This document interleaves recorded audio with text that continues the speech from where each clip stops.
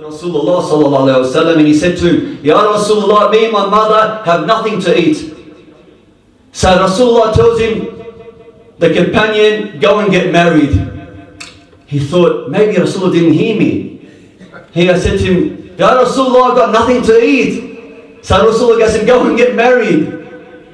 So he goes back, he's shocked. He goes back to his mum. He goes, I told the Holy Prophet this, and he told me to get married. His mum is a mu'minin, a pious lady. She has, don't forget, in the words of Rasulullah, is nothing but wisdom. She goes, let's put your trust in me, and let's follow the words or the wisdom, or the words or the advice of Rasulullah. So she goes and asks, she goes, would you follow me, my son? He goes, yes. She goes and asks for the hand of marriage for the neighbor next door. Of course, being a mu'mini, the father gives the daughter for no dowry at all, and they have a wedding that same day.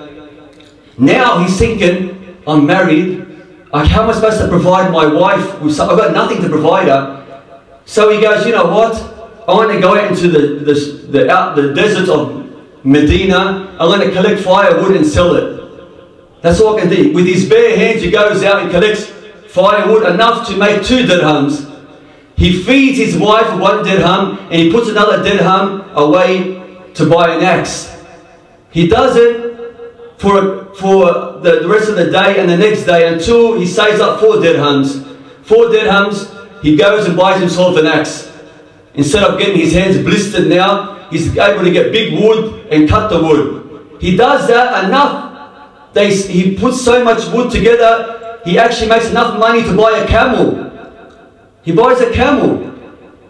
And then he uses the camel to what? To put the wood onto the camel and ship it down, or take it down to the markets, where he made even more money.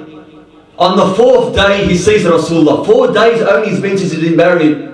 He sees Rasulullah. Rasulullah, he says, Salam alaikum Rasulullah. He goes, I've got something to tell you. He sees him carrying, Rasulullah sees him dragging this camel.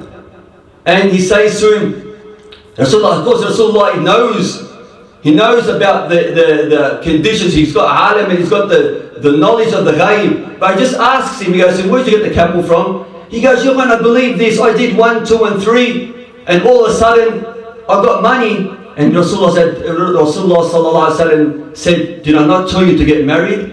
Did I not tell you to get married? Isn't this the barakah of God? And in fact, you know, this man, he went on to become the wealthiest man in Medina.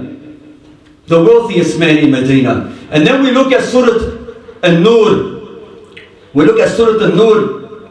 When God says, in Surah An-Nur, he says, and marry those amongst you who are single, and those who are fit amongst the male and female slaves. He goes, if you're fit and you're able to marry, marry, and do not worry about this, about not having money, because God says, and yakuna fuqara, what does he say? Yughnihum Allah min fadli. That if you think that if you need anything, God will give you out of His grace. God is making a command in the Holy Quran. He's saying that if you do seriously put your intentions that you want to get married, put your trust in me, and I will give you out of my grace. So it's very important to not have this mentality that I haven't got money, that's all it means. In fact, marriage is so celebrated by Almighty God that Rasulullah sallallahu alaihi wasallam said that heaven, the mercy of heaven, or the doors of heaven, open up on 4 occasions.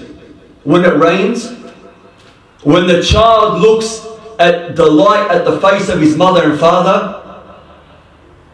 The third, of course, is when the doors of the Kaaba are opened. And the last, you know what the last is? The marriage between a mu'min and mu'minah. Between a pious and the pious lady, or a pious man and lady.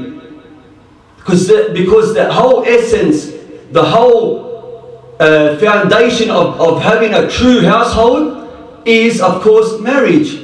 Marriage is the offspring to make you, inshallah, that God gives you the offsprings that you can keep this religion alive through your children, the love of Ahlul Bayt through your children. بارك الله لكم